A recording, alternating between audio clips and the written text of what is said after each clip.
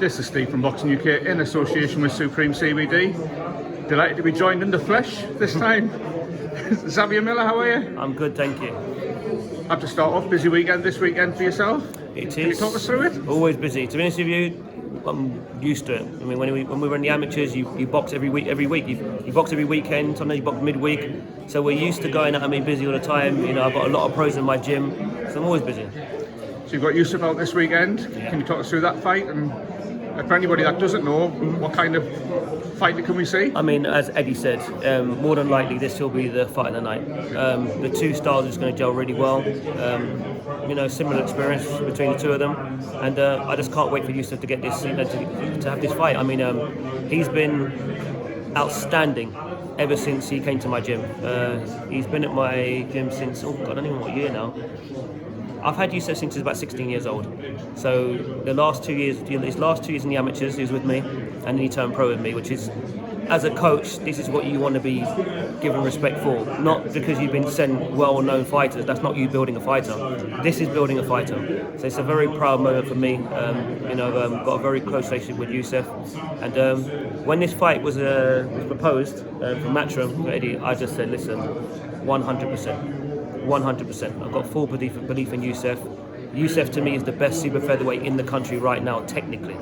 Technically he's the best. The other guys have had, you know, some of them had more fights, you know, fought good opposition.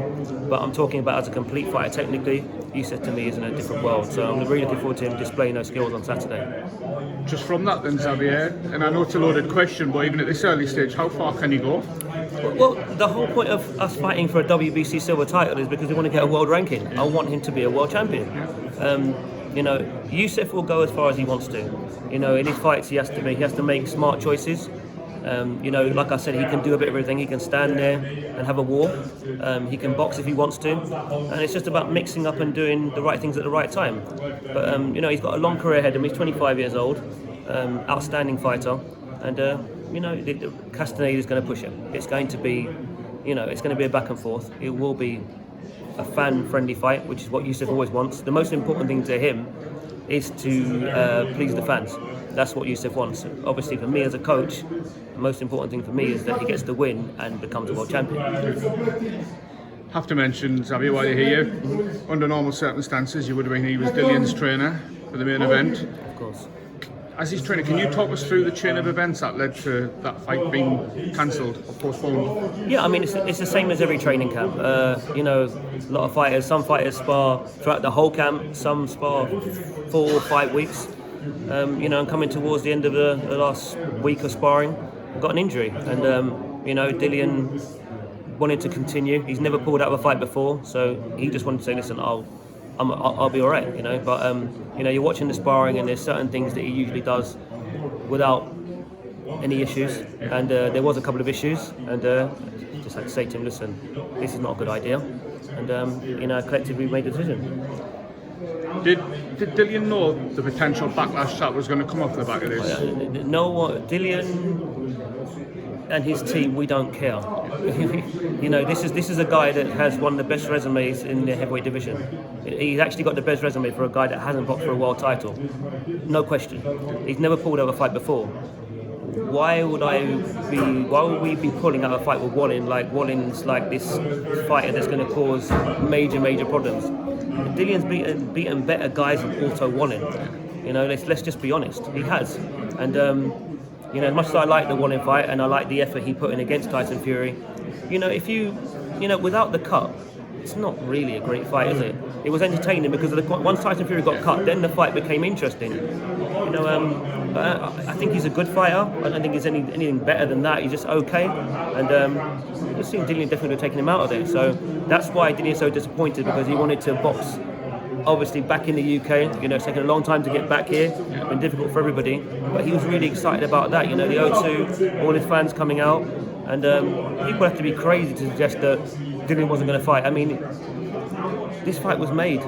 We were ready to go. You know, regardless of what's happening outside, the politics of boxing, Dillian wants to stay busy. Look at his career and look at his resume. This is what Dillian does.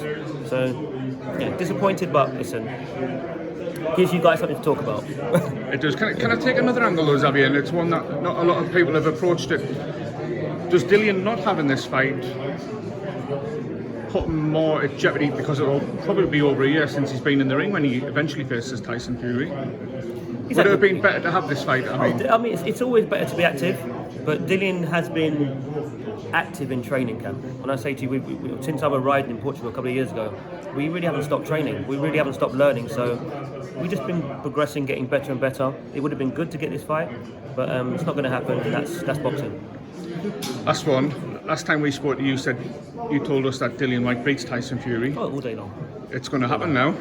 Can you tell us how? Yeah, it should happen. Let's make this. Yeah, I want Do you think it it will? We've asked Eddie if he thinks it will. Yeah, I think it will. Yeah. I think it's time. You know, Dillian has done all the right things to be ready for this moment.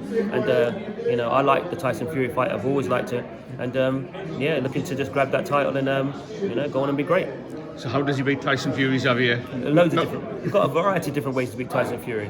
You know, we've got a very, very good fighter in Dillian Whyte. You know, we know that. You know, I knew that before I even took on the job as head coach of Dillian.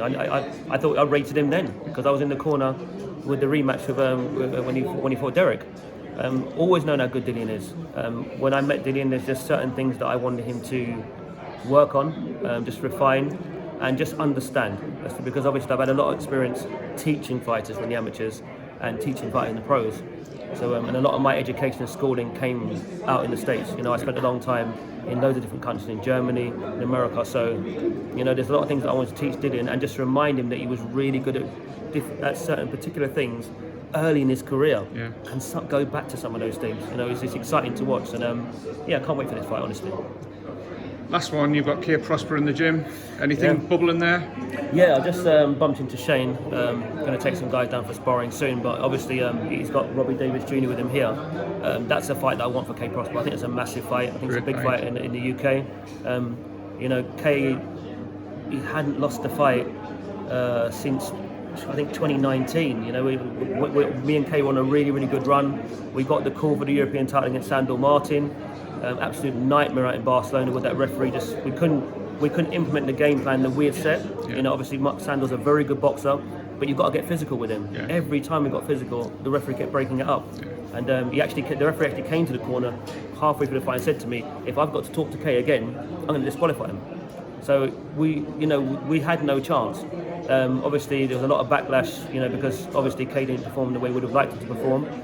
But then Sandor's gone and beat Mikey Garcia. So I did tell people before that Sandor would beat Mikey. No one believed me. Now he's done it.